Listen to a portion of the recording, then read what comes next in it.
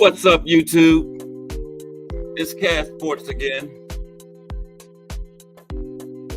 Now, this is a sports channel, so let's talk some sports. As usual, before I get started, let me give a shout out to the JBT community. Just Boxing Talk. We're a group of people that just love to talk boxing. And we're always looking for others to join us. And you don't have to have a channel, podcast, anything to become a member. But there is one requirement. And that requirement is you have to just love talking boxing. Okay?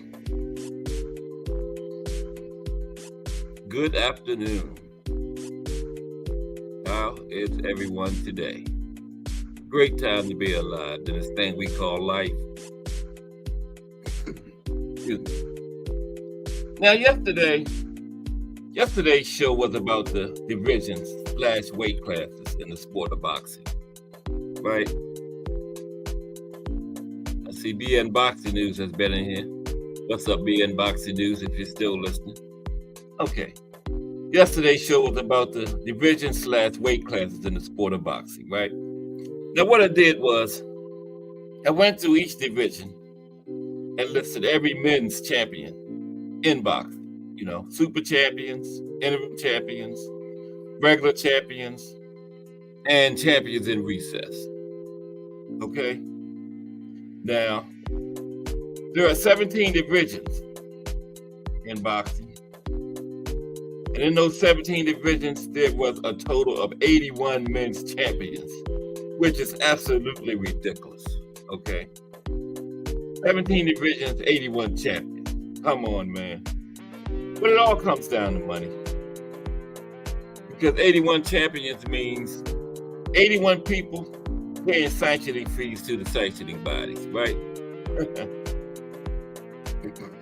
Now, excuse me. As my beautiful wife so correctly pointed out to me, it's only fair for me to go through the divisions again and list all the women's champions in boxing, okay? Because, as my beautiful wife also pointed out to me, right now in 2023 at this time, women's boxing is as popular as it's ever been, okay? So I'm going to take a look at the women's champions today, okay? Now, by the way, there's 68. There's a total of 68 women's champions in boxing, which, just like the men, is absolutely ridiculous, okay? But we know why there's so many champions. Money. Okay, so let's take a look at the women, okay? Now, just like I did with the men, I'm going to start at heavyweight and work my way down through the classes. Okay, here we go. I turned the page the wrong way. Okay. Now, okay. And the women's boxing, heavyweight and light heavyweight, is a little different because the weight limit varies. You'll see as I go through it. Now, see, at heavyweight, now the WBO, they don't have a heavyweight champion for the women. They don't acknowledge heavyweight. Okay, they start at light heavyweight. So IBF for heavyweight, anybody over 175 pounds is considered heavyweight by the IBF. Okay, and right now their championship is vacant. They don't have a champion right now. WBA, they don't recognize a champion at heavyweight. Okay, they started light heavyweight also. Now the WBC at heavyweight, they consider anybody over 168 as a heavyweight. Okay, and their champion is Hannah Gabriels. Okay, now let's drop down to light heavyweight because that's a little different too. Salute Al Booger. How are you, sir? Let me take care of you right now while I'm looking at your name. Welcome in, Al Booger. Come on, phone.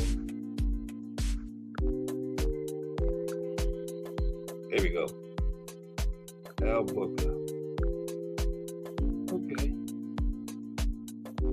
Al Booker is now a managing moderator for Cast Sports. All right, now where was I? Okay. Light heavyweight for the women.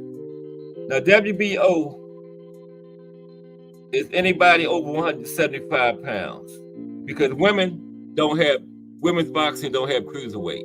So once you get past 175, the light heavyweight limit, you're a heavyweight. Yeah, it is a cloudy Tuesday out, Booker. It's supposed to get even worse the rest of this week. I heard flooding and all kinds of stuff in the east. Yeah. Now, WBO at light heavyweight is anything above 175 pounds, and currently their title is vacant. Okay.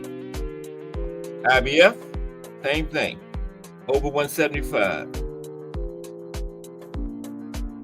No. IBF is just like the men. The weight limit is 175 for light heavyweight, and their title was vacant currently. WBA, they don't recognize a women's champion at heavyweight, so anything over 175, when you get past light heavyweight, is heavyweight. They don't have a cruiserweight, okay? And the WBC, they don't recognize a women's champion at heavyweight. They start at light heavyweight, okay? Wait a minute, I said that wrong. WBC don't have light heavyweight. So once you get past super middleweight 168 in the WBC, you're considered a heavyweight. That's why Hannah Gabriel is the WBC heavyweight champion over 168. But she is WBA light heavyweight champion because they go up to 175, and I figured that out. That's why we need some kind of body over these sanctioning bodies, because this is crazy. How can you be champion in two different divisions? Heavyweight is over 168, so Hannah Gables is the champion there for the WBC. And WBA is over 175, so Hannah Gables can still fit in the light heavyweight. So she's champion of WBA at light heavyweight. Very confusing, but that's how they want it. It's easier to cheat than be corrupt. The more confusing it is, right? Okay. Now, super middleweight. WBO, IBF, WBA is all Savannah Marshall. Okay. Now, he's champion in recess for WBC. And Franchon Cruz and Shadeja Green will be fighting for the WBC belt next month. Okay. And I guess Savannah Marshall was champion in recess, so I guess whenever she feels like it, he can come back and get the first shot at whoever wins that belt. I guess that's what champion in recess means. Okay, let's drop down to middleweight, 160 pounds. And we know the growth is undisputed at middleweight. Okay, the growth. Got all four straps there. Junior middleweight. Thomas Hill, what's up, buddy? I'm going through the weight. I did the men yesterday. I just listed all the men's champions all the way through. Today I'm doing, my wife said, you did the men, why don't you do the women? So I'm doing the women today. And yeah, me and Tampa Tommy had a good discussion yesterday about this. We was trying to figure out interims, regulars, what's the difference, recess. We still haven't figured it out. Okay. Now, with the middleweight, that was the GOAT. The GOAT got middleweight locked down. Okay. Junior middleweight. WBO is Natasha Jones. IBF is Natasha Jones. WBA is Terry Harper. Wow, I haven't seen Terry Harper in a while. WBC belt at junior middleweight is currently vacant. Okay. Then we go to, after junior middleweight is what? Welterweight, right? Yeah, 147. Welterweight. WBO is Sandy Ryan. IBF is Natasha Jones. Let's see, she's champion. Natasha Jones has two belts at 154. Natasha Jones is IBF champion at 154 and 147. I told you boxing is crazy, man. Tim Layton, JBT, what's up, buddy? Remember we did the men yesterday, Tim, I'm doing the women today. My wife pointed that out to me. And I was like, you're right. So Natasha Jones is the IBF champion at welterweight and junior middleweight. Okay. And Justin McCaskill has the WBA and WBC straps at welterweight. Okay. Now, junior welterweight, 140. Chantel Cameron has that locked down, undisputed. And I think her and Katie Taylor's fight is when? Coming up, the rematch for the undisputed strap. Is it this weekend? I think it might be the same day as Benavidez and Andrade. Let me check real quick. What is this Saturday, the 25th? Give me for 1 second, gentlemen. Yeah. Chantel Cameron and Katie Taylor rematch is this weekend. Yep, 11/25. Wow, from Dublin, Ireland. This weekend is going to be smoking, man.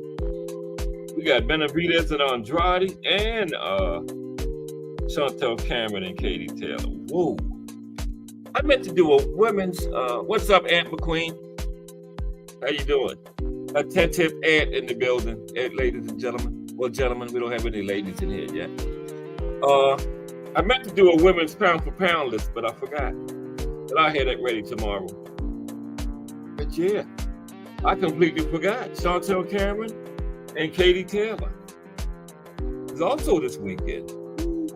Ooh, okay. Cool. Kim will drop the link in a very few minutes. Let me see. Do this very quick. Okay. Now we go to junior lightweight one. Wait a minute. I didn't do 135.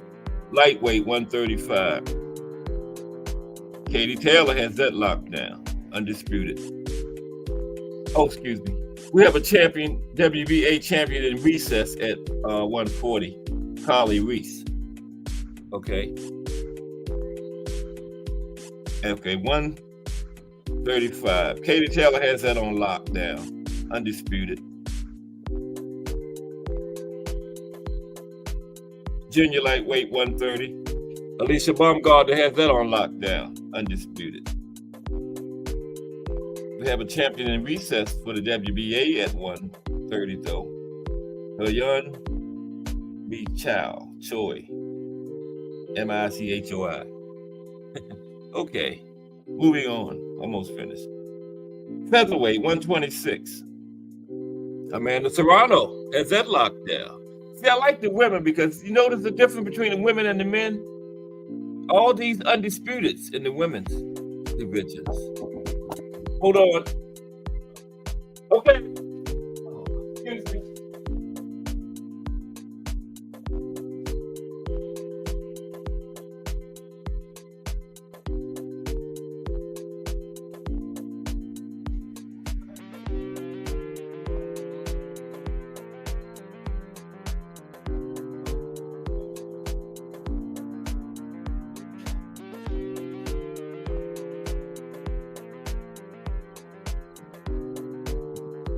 Excuse me, somebody was knocking.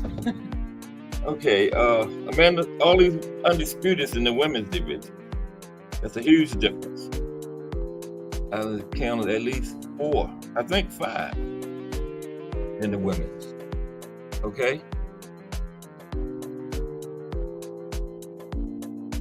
Look that one up. Okay, that was featherweight. WBO interim at featherweight is Brenda Karen Karabahal. WBC interim, Sky Nicholson. Talented young women's boxer. Sky Nicholson. Okay. Junior featherweight, 122 pounds. WBO is Deborah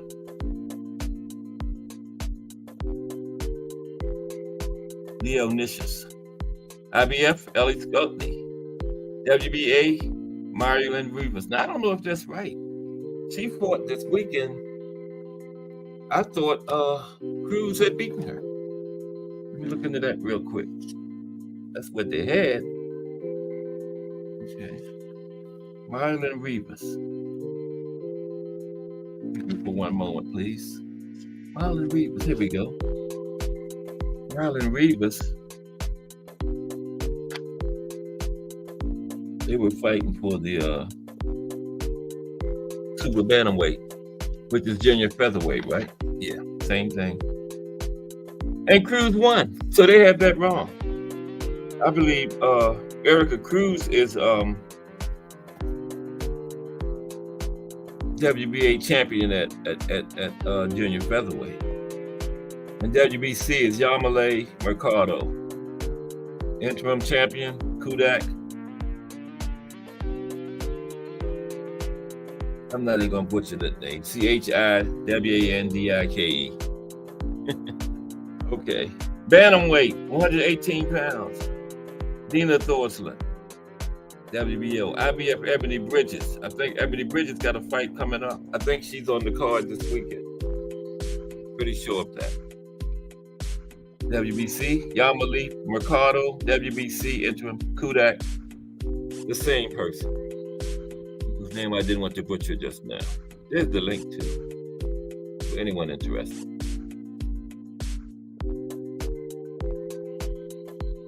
Now, Booker, quit playing ground around, fam.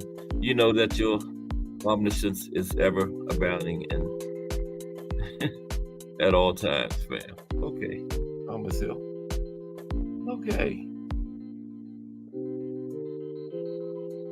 Kudak is the interim champion for the WBC at junior featherweight. And she's champion in another division, I thought. Okay. There's the link for anyone interested. Okay. Now I'm at bantamweight. No, I just did bantamweight. Ebony Tina Thorson, WBO. Ebony Bridges, IBF. WBA, Nina Hughes. WBC, Eulabon Luna. Then junior bantamweight, 115. WBO, it's Mizuki Haruta. IBF, Irma Garcia. WBA, Clara Lescarat. WBC, Ashley Gonzalez. WBC interim, Adelaide Ruiz. Okay. Flyweight, 112. WBO, Marlon Espinoza. I really like Marlon Espinoza. And Marlon Espinoza, she has WBO, WBA, and WBC. IBF is Gabriela Fundora. And you know how tall she is? And she's at 112 pounds. That's crazy, isn't it? Wow. Because that's the Tower Inferno sister, remember? 112, unbelievable. Unbelievable. I want to see just how tall she is. And somebody at her height has no business being 112 pounds. Gabri. He looks just like her brother, though. Pandora. Box rec. Okay.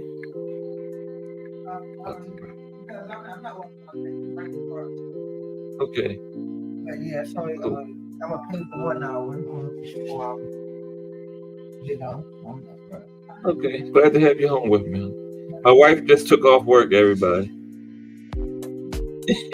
It's okay. My beautiful wife has taken off work. Now, Gabriela Fundora weighs, how much does she weigh? Come on, box rep. Ooh, she's 5'9" and 112. Isn't that crazy? Wow. 5'9" fighting in the 112 weight class. Ooh. But anyway, she has the IBF belt. Okay. Junior flyweight, 108. WBO is Evelyn Bermudez. IBF is Element Bermudez. WBA is Jessica Neri Plata. I like her too. Jessica Neri Plata. And WBA champion in recess, Maria Guadalupe. And last but not least, they call it strawweight. No, that's not it. It's one more. Strawweight is 105. WBO, yeah, strawweight is weight is the end for the men. Yocasta Valley, she has the WBO and IBF. Denise Estrada has WBA, WBC. I thought Denise was bigger than that, 105. Wow. Yeah, I was thinking she was up a little further. Yeah, I don't know either, Al Booker. How about Gabriela Fondora, 5'9", making it down to 112? Now that is crazy. That can't be healthy, can it? I wish Thomas Morris was in here. I would like to ask him about that.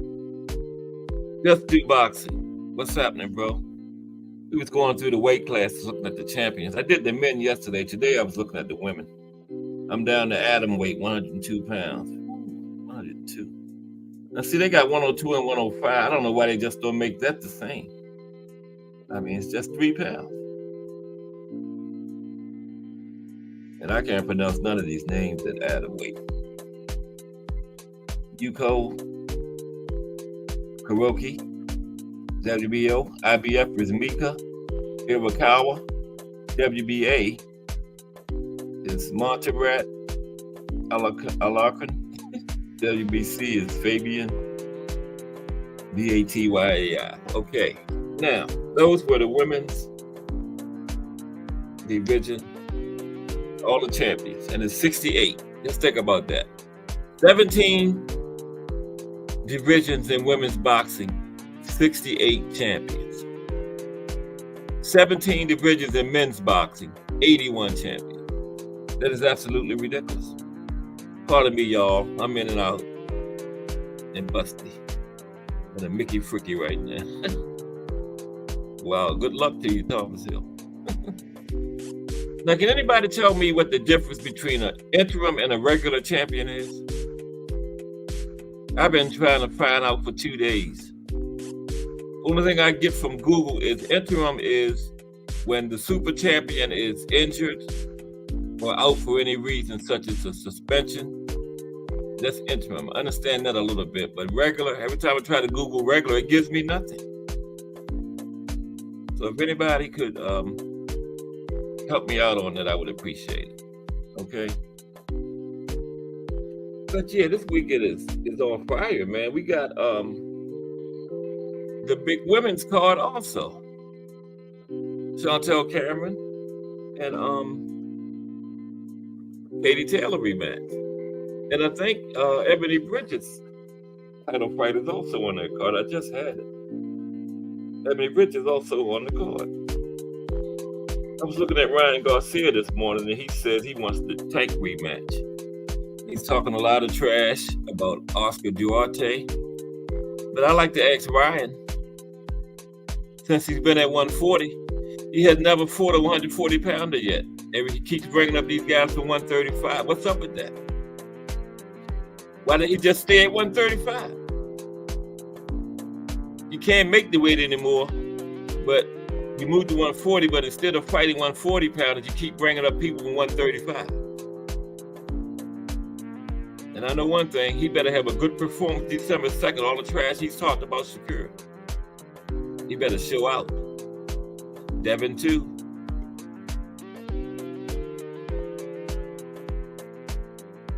Devin also. Okay, where was I? I'm gonna find out. Who else is on that card this week? Okay, let me see. And Devin was going back and forth with oh yeah. Did everybody get the news? AB got hurt. His fight for December 2nd is off. Yeah, I was looking forward to that. What's up, Remo? Salute, my brother. What up with you today? Yeah, Adrian Broner is off. Now he says he wants his next fight to be the winner of Haney Prograis. Not likely, AB. Not likely.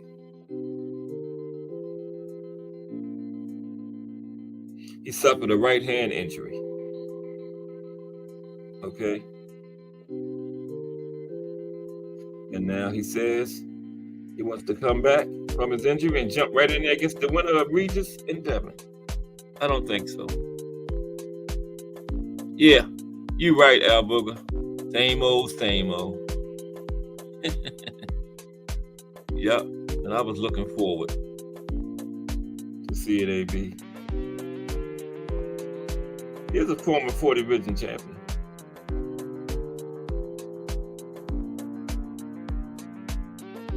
He say his main, the fights that he wants is either Ryan Garcia, Rolly Romero, or the winner of Regis Prograis and Devin Haney in February. They say his promoter Don King will have to work some magic to get any of those fights. Because all those guys, Ryan, Rolly, Regis, and Devin, have bigger plans than AB.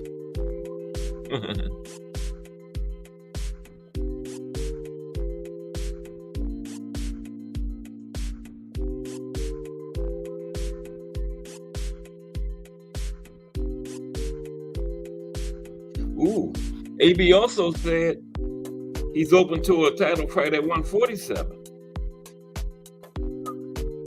So he's talking about he's a boots or Terrence Crawford. Nah, AB. AB says a hell of tune-up fights. I'm ready to take on any other champions, 140 or 147. Everything they think I don't have, I still got. Okay? Ryan Garcia or Rolly, winner of Devin and Regis. AB been a pro for 15 years. 34, that ain't too bad. He needed to get this fight in, though. You know, if you try to make a comeback. Well, you can't. If you hurt, you hurt. So, you know, that's out of his. Oh, submit a new link. Oh. Let me see, Thomas. Okay. I got you. Did you put it in right? Let me see. B7J3, R5, B8, B4. Okay, I'll try it again. Yeah, but AB is jumping up to big things.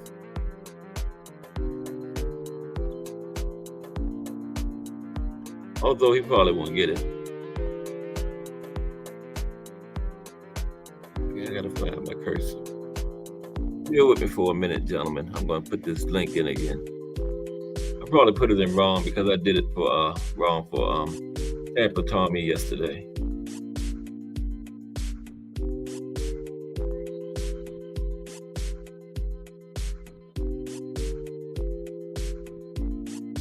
Give me 1 minute.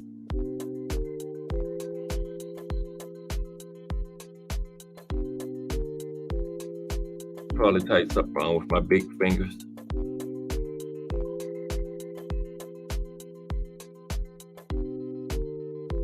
Got to do the one finger thing. Oh, here we go. Oh, I'm doing the same thing again.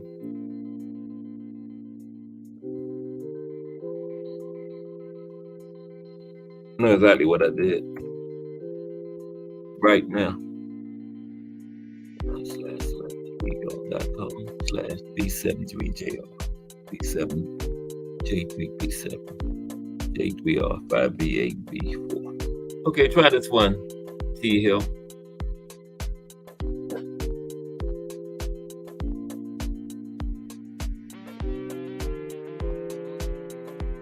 What's up, B3? How you doing, bro? You missed all the women's champions we just went to. Yeah, you're right about AB. Yeah, he needed to have this fight. I'm not writing him off, but then he's talking about the winner of Regis or Devin next. Nah, I don't think so. Did that work, T Hill? It should.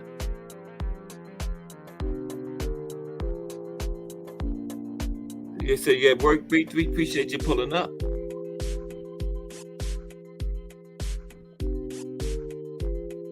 Okay, back to the news.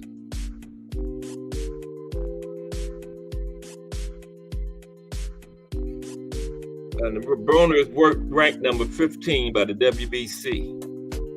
Okay. Everybody hit the like. What are those guys?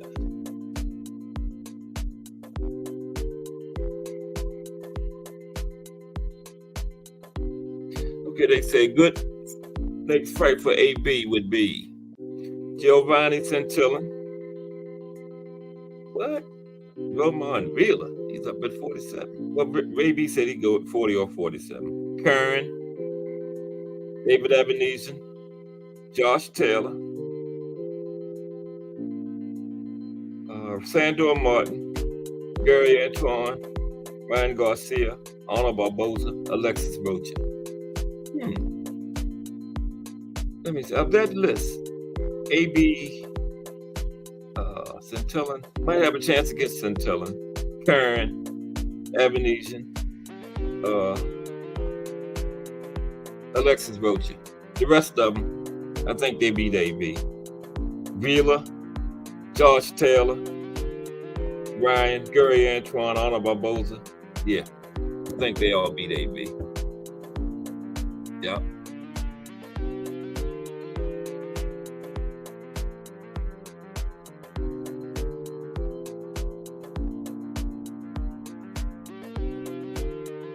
AB is no longer viewed as a marquee fighter. He's been very inactive over the last 5 years. Did you try that link, THT Hill? Yeah, he would have to get the winner of Regis and Devin. He's gonna have to do a little bit more, even if he would have fought Chris Howard. It would take a little bit more than that. Yeah. And that was supposed to be next weekend. But 2 title fights this weekend. Don't forget the big women's card. Chantel Cameron, Katie Taylor rematch. I got Chantel Cameron beating her again. And Boots says he'll fight Crawford at 47 or 54. That probably would be the move, Boots. Just move to 54. You know, that's what I think he should do. Okay, T Hill. You got the thumbs up. Yeah, I think that would be the move for Boots. Just go on to 54. He'll get all the fights. Tim Zhu, all those guys will fight him. You know?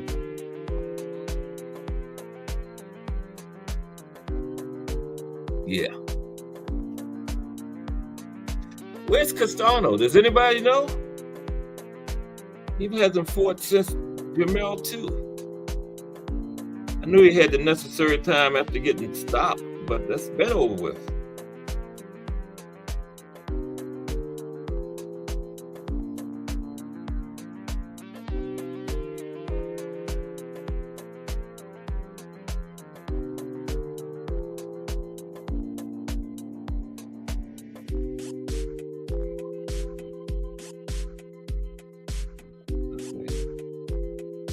They was talking about Bud.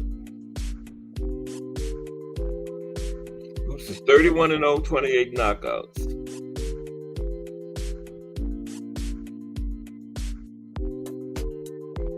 Crawford or Spence?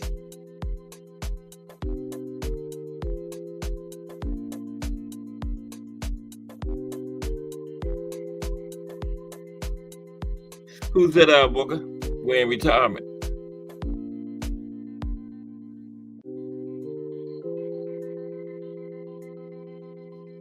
Talking about Broner.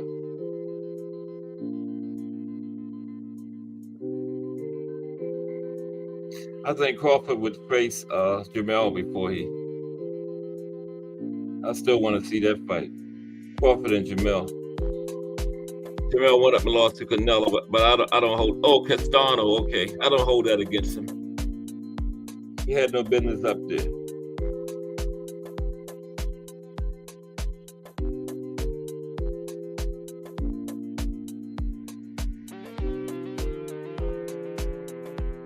Boots said he didn't fight for the IBF interim until Bud made his decision to fight David Ebenezer. Okay? Yeah, Castano. Yeah, he's not that old, I don't think.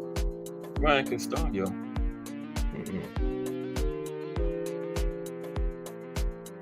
Okay, who is that? Ant McQueen. Gotta find the cursor. There it is. There's the cursor. Yeah. There we go. What's up, Ant McQueen?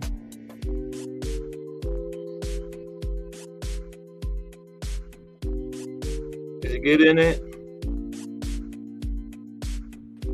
There we go. I had to pull my AirPods out, put them back in. Oh, okay. Hey, Ant, what's the difference between an interim and a regular champion? Do you know? Because I sure don't. Well, I know with the WBA specifically, from my understanding, the interim champion actually has mandatories, where the super doesn't. Where the super is like more of like a designation. Yeah. As opposed to, it's weird how they did it. The franchise is similar. And that's where some of that controversy came in with the franchise belt, the WBC, during that Loma and Teofimo Lopez matchup, where some people felt as though Loma was gifted the franchise belt so that way he could avoid having to fight Devin Haney, who was the WBC mandatory. But I think for Loma, in his defense, he was looking to fight Teofimo, who had the IBF. So it's like, why not unify when you got the other belts as opposed to just defending one belt? Sure. Well, defending a title. You can pick up another one possibly. Now, see, I don't understand where the regular belt comes in. I was trying to look. I couldn't even get that to come up when I was trying to Google it. Well, the regular belt is the original belt. Yeah, but the super champion is over the regular champion, right? From my understanding, no. No? No. Well, I did not know that. Like, let me see something. It's more so a matter of a guy being able to move up. If he were to move up to another division or something like that. Okay. That he would be like in contention. Yeah. Because at what weight class was it? Let me give you an example of what I was asking you. I'm trying to find the division that's got a regular and an interim champion. Here we go. In the super middleweight division, right? We have a WBA regular champion, which is David Morrell, and the WBC as an interim champion, David Benavidez. Now, what's the difference between those two? Why is Morrell a regular and Benavidez called interim? WBA has super, regular, and interim. Those was super, Tank was regular, Rolly was interim. You just confused me even more, B3. You can't unify a regular, okay. Yeah, but the thing is though, B3, is that the WBA still actually had mandatory because it was the original belt. The WBA Super didn't come around until the year 2000 or something like that. Okay.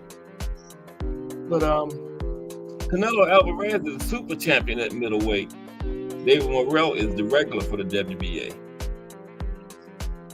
But Canelo Alvarez is the real WBA champion, right? If he was, instead of David Morrell, because he's undisputed. So why do they call David Morrell regular? I just don't understand it. Somebody said it just comes down to they just collect more money. The sanctioning body. That's ultimately what it is. Yeah. That's ultimately what it is. There's a video where Floyd Patterson was talking about this in 1985. He was talking about this, just how the sanctioning bodies wanted to collect more money. Yeah. So as opposed to just having one champion per division, now you have multiple champions within a sanctioning body. You know what I mean? So yeah. At any given time, you got over 60 plus champions at one time. It's 81 altogether for the men. Fees going around. Yeah, 81 for the men, 68 for the women, including champions in recess. Now, some of the super champions is also the champion in recess, so they just pay one sanctioning fee, I guess, right? They don't. Champion in recess, do they pay sanctioning fees for that? That I am not sure. Yeah. I'd definitely like to know, but I mean, the short answer is that it comes down to money. I think that's abundantly Yeah, that's clear. all. It It's has 81 nothing to men's do champion. with championing anybody or Yeah, you know it comes down to money. advocating for somebody's greatness. You know, but this is like a Like, proof of concept. It comes down to money ultimately. just like Thomas Morris was saying yesterday, he said those sanctioning bodies figure having their belt gives you clout. So that's why you have to pay for it.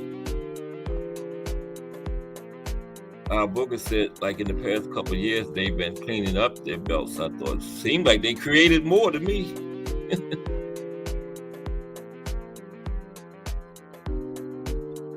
Yeah, they have. And you see the WEC, they went and created a whole nother division altogether. WBC, yeah. Yeah, they got that Bridgerweight division that's in between cruiserweight and heavyweight. Yeah. What weight is that? Because cruiserweight is heavyweight is 200, right? I thought. So what do they do? Just move heavyweight? It's like, yeah, it's weird. I mean, the story itself is pretty cool. Like the story had something to do with a child. I can't remember the exact thing that happened. I think it might have been like a dog attack or something like that. But there was this child who suffered from something and overcame it, and they created the division in the kid's honor. If I'm not mistaken, the child still survived, but you know, on the surface, it's like, oh, I could get behind that. But then when you really look at it, it's like, yo, it's more money. You know, create another division, create another belt. Yeah. Anything with that those three letters in front of it, that's you got to pay for it. Like they even got the European champion and all of that. Yep. And some of them for the WBC European champion, so you got to pay for it. It just comes down to money. And for the women, it's 68 champions. That's a lot of money. A whole lot of money. Booker said he likes Bridgerweight, even if the name is trash. Yeah, that's crazy. That is, yeah, that's what I was wondering about. After the child, though. I'm about to. Okay. The backstory. Yeah, that's what I was wondering about. Me and Tommy was going over that yesterday, and it's just crazy. Yeah. Okay. Here we go. So here we go. This is the story behind the Bridgerweight division. Oh, okay. Okay, so Bridgerweight is a weight class in professional boxing created and used by the World Boxing Council, WBC. The weight is named after 6-year-old American Bridger Walker. So the kid's name was Bridger Walker. Okay. He saved his 4-year-old sister from a stray dog in July of 2020. And the weight is in between 200 pounds and 224 pounds. Okay. So they moved heavyweight up some. Yeah. Okay. Because see, the women don't have a cruiserweight or Bridgerweight. And they vary. Heavyweight and light heavyweight for the women. Because Hannah Gabriel is light heavyweight champion for the WBA, and she's heavyweight champion for the WBC. Because the WBC light heavyweight, they don't recognize light heavyweight champions. So once you get past super middleweight, 168, you consider heavyweight for the WBC. And then the IBF. What's the IBF? Anything over 175 is heavyweight for them. Yeah, they don't have cruiserweight, so that's the IBF. WBC, WBO, and the WBA, you don't recognize the women's heavyweight champions. Stop it like that. Yeah, and I saw most recently, speaking on the women, that fight with Amanda Serrano, they were saying that fight couldn't be for undisputed because of the WBC. Yep, because of the WBC. You know, they refused to sanction it because of the 3 minutes. Yeah, So these they guys, sure did. they make these things up as they go along. It seems. As they go. Like whatever way the wind blows, it's just like. That's why they need some kind of something to govern the sanctioning bodies, because that shouldn't be like that. You know, they all should either sanction it or they all don't sanction it. You know, it should be one rule across the board. And then the state boxing commissions, as far as the fight, they make up the rules, like Saved by the Bell, or the what's the other name? The state, but even with the hand wraps too, man. Yeah, that's the state commissions does all that, right? Yeah. So they can change from state to state. You can wrap your hands a certain way. In other states, you can't. You can't. And it gets real murky. Mm-hmm. And then excuse me. It causes controversy. I know. Yeah, it causes controversy. They want the confusion, though. It makes it easier to cheat and do what they want to do. It's too much confusion. I feel like it needs to clear up. It needs to clear up some things amongst the fans, though, because what happens is with the fans now, the fans are talking about, oh well, this guy cheated and he was using illegal hand wrap techniques. Meanwhile, it was allowed in the state in which the fight was being sanctioned in. That's right.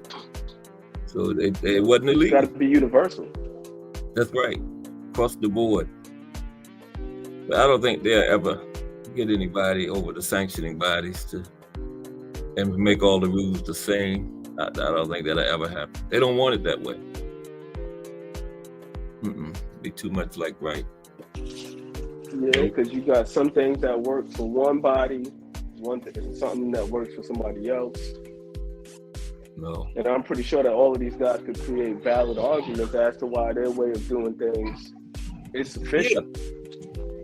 Yeah. Did you hear? Oh, it says Jermell Charlo vacates IBF 154 title. I didn't know that. So he's only got 2 left, because Tim Tszyu took the WBO when he did that.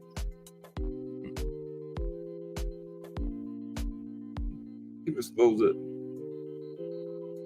Balkram Bertali Zaliev. Okay.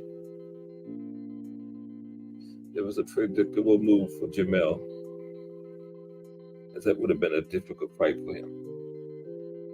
And when they wouldn't pay well. Okay. Did you know that? It's news to me. What, that he vacated? I had no idea. Did he vacate or was he stripped? He vacated. It says he vacated the IBF.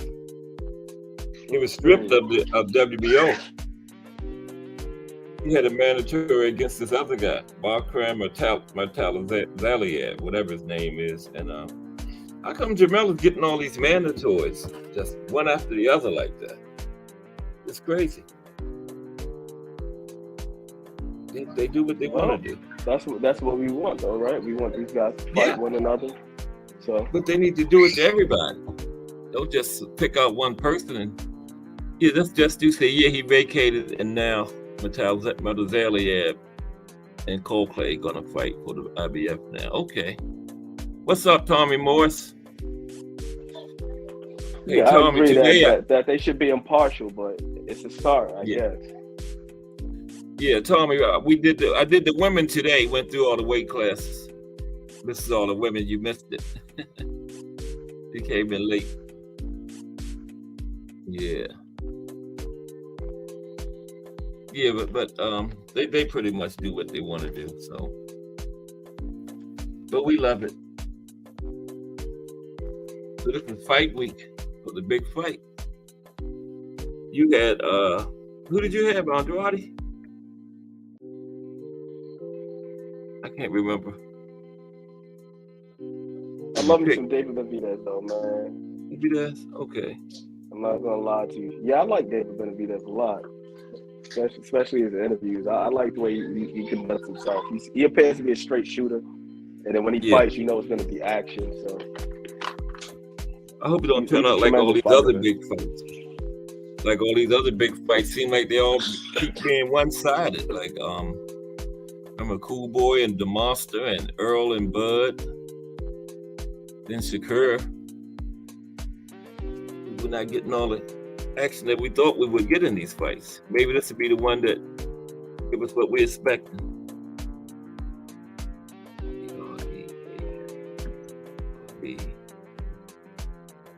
Then they got the women's rematch too. That's this weekend. Chantel Cameron and Katie Taylor.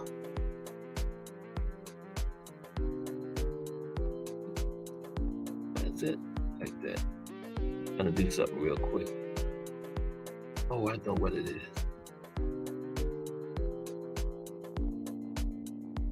Yeah, Chantel Cameron and Katie Taylor.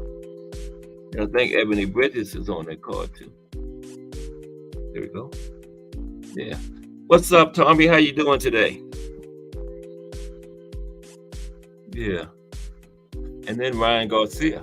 Ryan Garcia been talking some trash lately. He better have a good showing. You know, since he's been at 140, every Friday he's 40, he's brought him up for 135. He hadn't fought a true 140-pounder yet. Because this guy Duarte, he came for 135. Ryan didn't get it. If I'm not mistaken, I'm sure Ryan only fought like once at once himself. Did he? I thought and I also give the a little other bit of guy? slack too. He fought for Tuna. The other Yeah, guy was that- Connor that he fought, if I'm not mistaken, that was at 135. Oh, Fortuna was at 35? Okay. No, I was thinking that was at 40. That Was at it? 40. Okay. Yeah, that was Okay. at 40. I think that was the lone fight that he had at 40, and then Yeah, that's same his only fight two, with right? Flyweight. Them two. I give Ryan a little bit of slack for that. It's not like he's a career 130 or 140 Right, that's guy true. bringing up these other You guys just too. got there. You know, so Yeah. he just got there himself. Yeah. And this will be his first fight with Derek James. So that'll be interesting. I like Ryan. He got potential. And the other thing too, like we were talking about the other day with some of these guys that are relatively big for the division. If you look at Duarte, that guy's got a frame on him, man. So Yeah. he likely doesn't belong at 135 himself.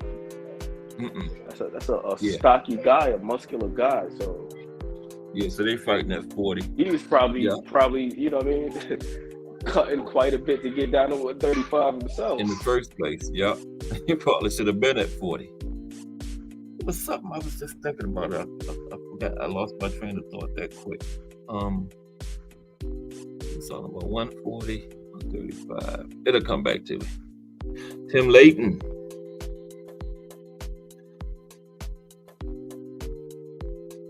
And then we got 2 weeks is Devin and Regis. 2 weeks from this Saturday.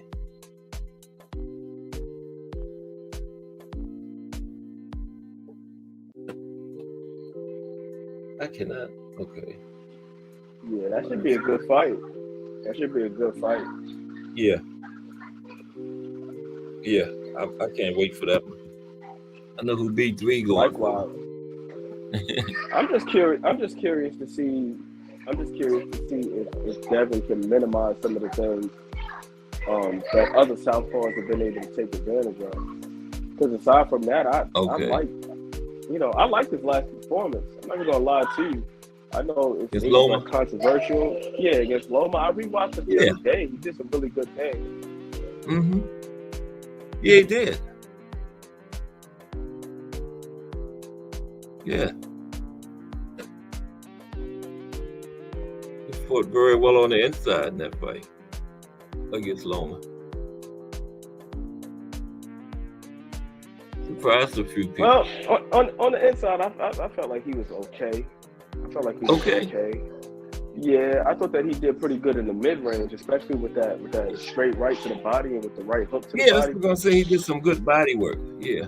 Yeah, he did good body work, but like inside, I felt like that's where it got a little bit murky, and it's primarily because of his tendency to probe that distance. Yeah, he'll probe at that distance, and the guy will be able to get inside of the probe and pop them. Like, when you see a lot of the time when Loma had success, that's when it was. And the other thing too with Dev that I want to see too, and I got to give Bill some credit, because when I rewatched it, I was listening back to hear Bill's instruction from the corner. I know some people feel as though that not Bill, but Dev should move on and go to another trainer. But Bill was giving them some sound advice. There were some moments where Dev would have success, he would score, but then he would just stay there on the line. And Bill trying to tell him, like, yo, when you touch him, make sure you pivot off. Okay. And Dev was a little bit inconsistent with that. So that's what I'm looking to see from him, is like whether or not that's improved. Yeah, that's crazy. Why would he? I don't know what people think about. Why would he change trainers? He's undefeated, undisputed with Bill. I mean, who can he go to? Going to get? And plus, this is father. The guy has a career pretty good so far, and trained him pretty good. That's part of just people that don't like Bill or just want to say something negative. You know, how people do. They were saying about Earl after he lost the bud, he should get rid of Derrick James. Remember? Yep. Well, I guess it's one of those things, kind of like how other sports are, when you have a coach that'll get you to the playoffs, but they may not get you to the championship. But we can't necessarily say the same for Bill. And then the other thing too is, I think part of it is this: is like you said, there's the criticism of Bill.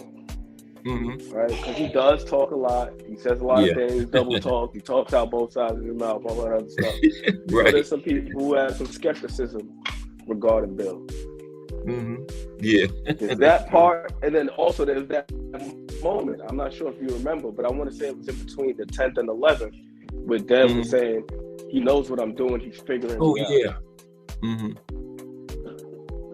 feel like that one moment was just a little bit overblown, even by myself.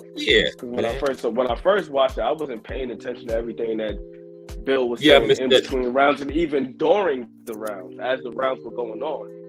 But this last time I watched the fight, I watched it with my AirPods on, and I'm not even listening to the commentary, but I'm listening to what Bill is saying as the action is taking place, and he was giving some pretty good advice. I caught that the second time I watched. I didn't catch that during the original fight neither. That conversation. I think it was. I think it was after the 10th. I think it was after the 10th round. Somewhere it was real late. It was late. I don't know why Loma took his foot off the gas in the 12th round though. That was crazy. There was a lot of back and forth action. It could, and personally, I felt like that fight really could have went either way. I think that Dev did real consistent work to the body, but then there was also a lot of punches that Loma landed up top that it felt like he wasn't really getting credit for. And he was doing a lot of crafty little things too. B3 says Regis looked slow hitting the bat. Of course, B3. He could have been the fastest man ever. You would say he looked slow. He was posing like he was taking pictures. Did y'all see it the same, or did Regis look good? I didn't see it, B3. I saw the video, and I know exactly what he's talking about. I just saw the video today. I haven't seen it yet. He didn't look overly impressive on the bag, but then again, it's like, I don't know, at what point in his workout. He could have just been towards the end or something, or just warming up. I don't know what he was doing, what he was working on. And I would say the same if it was Devin Haney looking the same way on the bag. Like, I don't know what the hell he's working on and at what point in his workout he is. Because, that could determine a lot. B3 is hoping he looked bad. Right, B3? Facts, and that's what I was thinking. That's B3. Nah, B3 is a real Devin Haney fan. So I think that B3 wants Regis to look good. The best Regis, that Dev puts it on him, then there's no excuses. Exactly. Oh, he was 35, or he was never really that good. I was just messing with B3. He lost the other big fight that he was in with Josh Taylor. Right. B3 strikes me as that type of guy that he wants full credit for Dev. Like, yo, I need to see this guy at his best. He just said that, and I'm saying that sincerely. He said no, because the way Tank talking, Dad's not going to get credit. Yeah, I believe that. I was just I always mess with B3 about Devin. He knows. Yeah, but I really believe B3 wants the best Regis. He's that type of guy. He wants Devin to get all his credit. Yeah. Yeah. I'm just curious to see whether or not both of these guys do some of the things that I've seen them do on film with other fighters, and whether the good things transfer over and they build upon them, and whether or not some of the deficiencies and inconsistencies are rectified. I know you're gonna do a film that's what I'm study looking on to that see before the fight, right? Oh, come on, man! You know we got to. We had did one briefly before, but I don't feel like, and I'm gonna be 100% honest, I don't feel like I gave Dev his full credit. You know what I mean? Because a lot of it, we were talking about like the probe issues and him staying on the line, not getting off the line. Yeah. The one habit that he has where he slips to his right, and like against the southpaw, you don't want to be slipping into the power hand, especially in the event that you do have a face off with Tank. That could be disastrous. You slip into your right, and against a guy that has one of the better uppercuts in the game, you're gonna slip right into an uppercut. They come that left and slip right into a nap.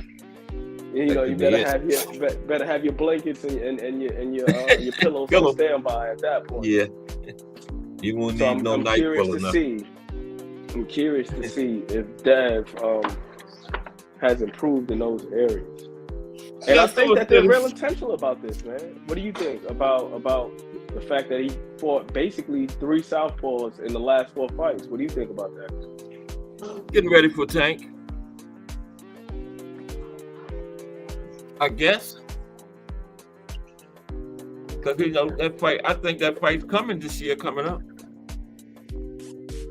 I think they each might get one more fight in. Then it's gonna be Tank and Devin. Because Shakur kind of you see his back some, you know. You also got to look at the type of southpaws that he's fighting too. Like first, it was a small guy like Jojo Diaz. Then it was a guy who was quick like Loma. Now he's fighting a guy with like Regis who has power. Regis has an 83% KO ratio, so the guy can. That's not bad. I did not know that. 83%. 83%, bro. 83%. I know that. Wow. The guy can punch. So that's why, like, I don't know why anybody's saying like, this is supposed to be an easy fight for Dev, not by any stretch. I never really paid attention. If Dev makes it look easy, it's just because he put forth that good of a performance, man. That's right. You got to get his credit for it. This is dangerous, man. It can take, and you know, people like to point out that, well, you know, Dev is kind of chinny. He's kind of chinny. Well, we're gonna find out what that chin is like. Because I don't think. Go ahead, my bad. No, go ahead. No, I was just gonna say, if Dev wins this fight, he's gonna get full credit from me, because I know what he's up against with Regis. And Regis is motivated. I think you feel like Jay was saying, he feel kind of disrespected, you know. Oh yeah. And if Dev goes in there and beats him, I give him full credit. He earned it. Ain't nothing about Regis is old or anything like that. He's gonna come in and give an A+ performance. What did you think was the purpose of Dev fighting all these southpaws? Hey man, all roads point to Tank. That's how I'm looking at it. Yeah. I think it's gonna be this year coming up too. Devin and Tank. Yeah, man. Maybe very. All right, let me get out that living room. Yeah, I think it's coming up too, because I saw that post that Tank made that he deleted 2024. Yeah. They had the graphic. In one hand he was holding Shakur Stevenson's head, and the other hand he was holding Devin Haney's head. Yeah. And then Tank is also going to be closing in on 30 next year too. So I'm sure he wants to get to some of these big fights. Is he 29 now or 28? He just turned 29 this year. Okay. Yeah, last week I believe. Oh yeah, he's got to go ahead. He just had a birthday, so yeah, he got to go ahead and step it up and get these big fights now, like you say, man. Because start going downhill soon. Get up in the 30s. Yep. Yeah. And then also, I don't think he doesn't strike me as somebody that plans on doing it much longer either. Like I think he's gonna retire relatively young. What make you feel that way about it?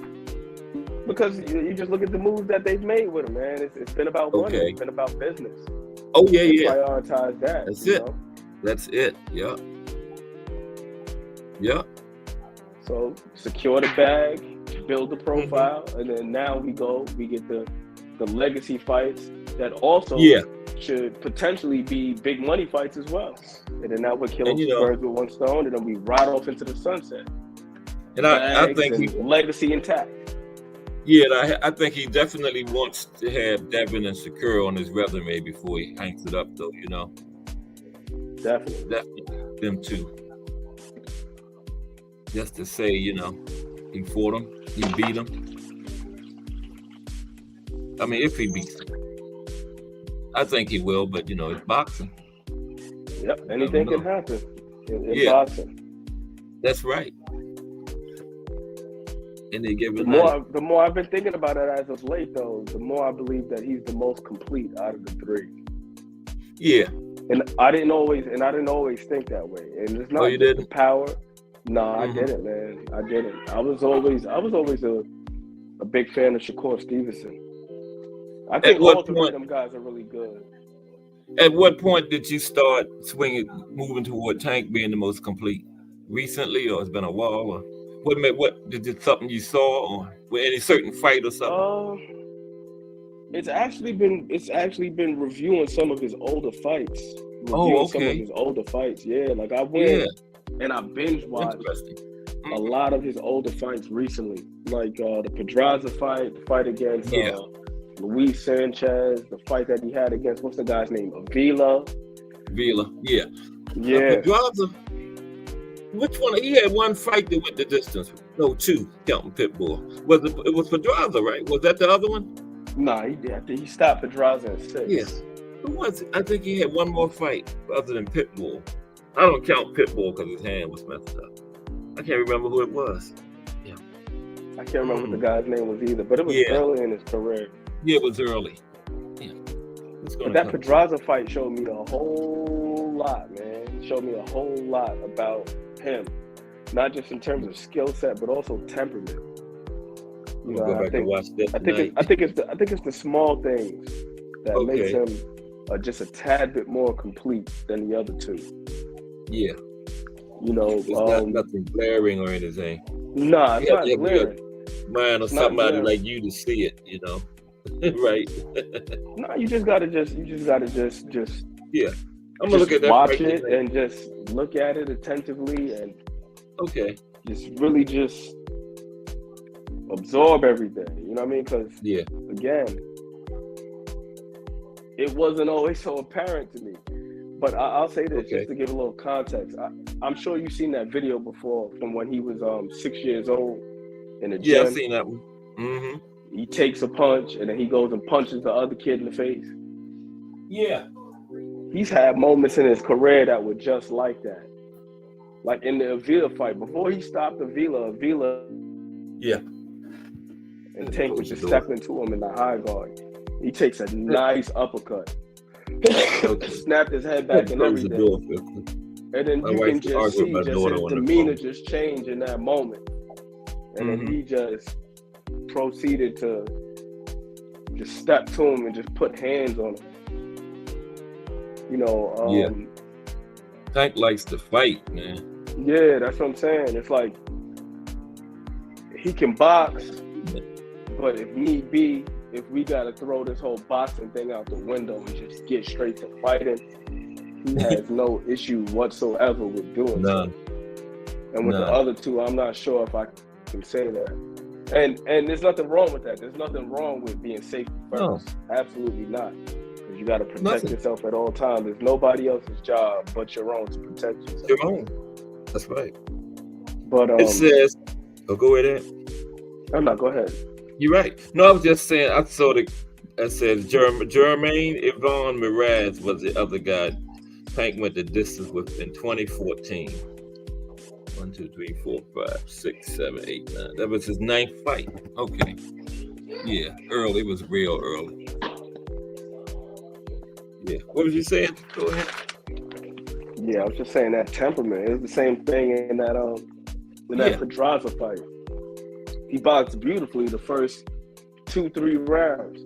And then in the fourth round, you can hear, I want to say it was Coach Calvin. You can hear Coach Calvin screaming at him, maintain your distance and keep boxing. But Tank just ignores him and steps to him in the high guard. He gets touched up, and then he tells Pedraza, you're too soft. Cracks him with the left hand. Then shouts at him again, you're too soft. Cracks him again. And then just starts stepping to him and just putting hands on him. And it's like that's a dangerous guy to deal with, where he can box with you, and then he can also take a good shot from you. That's got to be like draining mentally.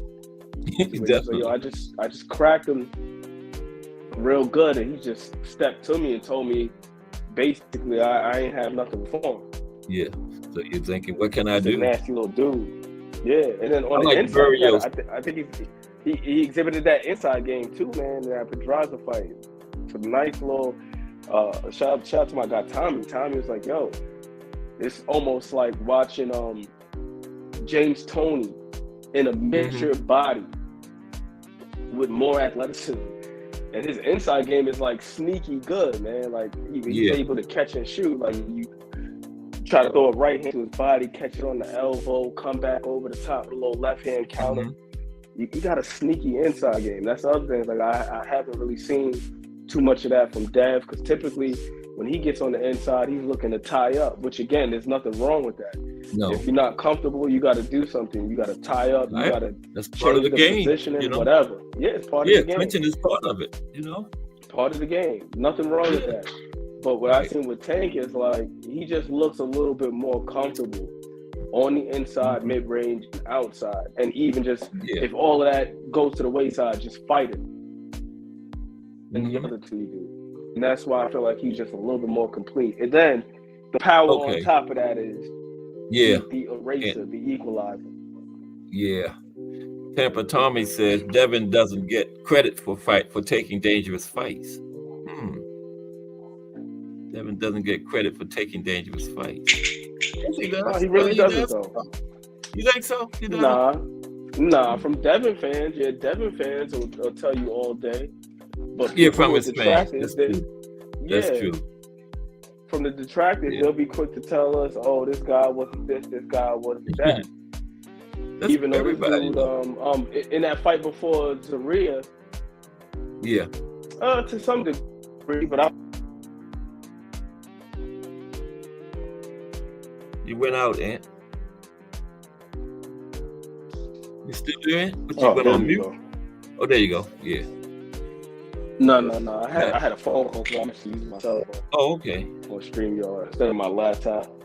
But I agree with you 1,000%. That's everybody. Everybody has detractors and everybody has fans. But with certain guys, with like Dev, Shakur, Tank, it does really feel as though it's extremely heightened. Because I'm on Twitter like every day. And them three. It's crazy. Really you ask any of these guys, like you said though, they haven't really fought anybody. That's what people say about Tank. They just completely disregard the fact that when he fought Pedraza, he was the number 8 contender and Pedraza was the champion. Like he was ranked 8th. I think it's more of a thing about Tank mopping up the champ like that, man. With Tank, it's more of a thing. People just repeating what everybody that don't like him say. He hadn't fought nobody. His resume is trash, With him, more like people repeating what they heard. Flawless mentality. Salute. How are you? Good to see you. I feel the same way with Dev too, but I also feel as though with Dev, I do think that with his fans, it is just a tad bit overblown? Because we're talking about the last couple of fights now. Because for more than I could say more than maybe 60% of his career, it's not like he was taking a whole bunch of dangerous fights. But then again, who is? But in most recently, he's been B3 just made an excellent point. B3 says Tank just makes these guys look easy. You know, somebody else, there might be like a tough fight on that resume, but the Tank, he makes it look easy. You know, good point, B3. That's a good point. Respect the flow, mentality. Dr. Mark. Mm-hmm. Yeah. I'm saying respect the Dr. Mark. Oh, okay. Yeah. Like Roy Jones. He used to say he just make guys look easy. That he fighting tough guys. He just make it look like they ain't nobody. You know? Y'all must have forgot. I read an article the other day that said Boots is a mixture of Roy Jones and Pernell Whitaker. Sweet Pea. What you think about that? Roy Jones and Sweet Pea combined together.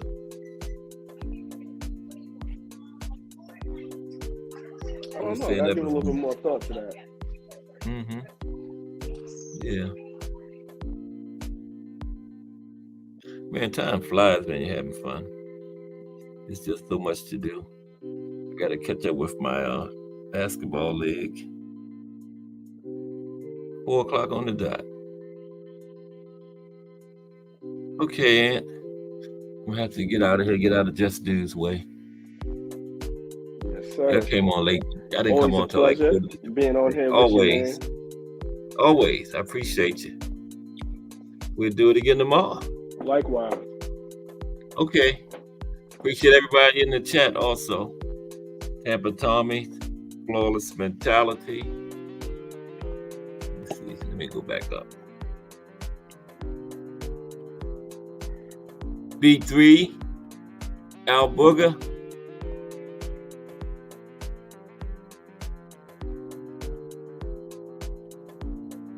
Remo, Tim Layton. I can't forget Tim Layton. That's a supporter there.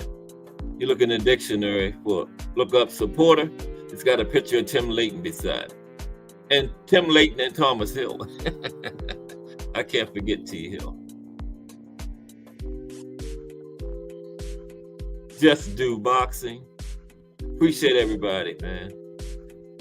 And BN Boxing News. I got everybody. Appreciate you guys. And that's it. I appreciate you guys supporting my small channel. But hey, you got to be small before you can be big, right? Okay, this is Cass Sports. I'm out. See y'all.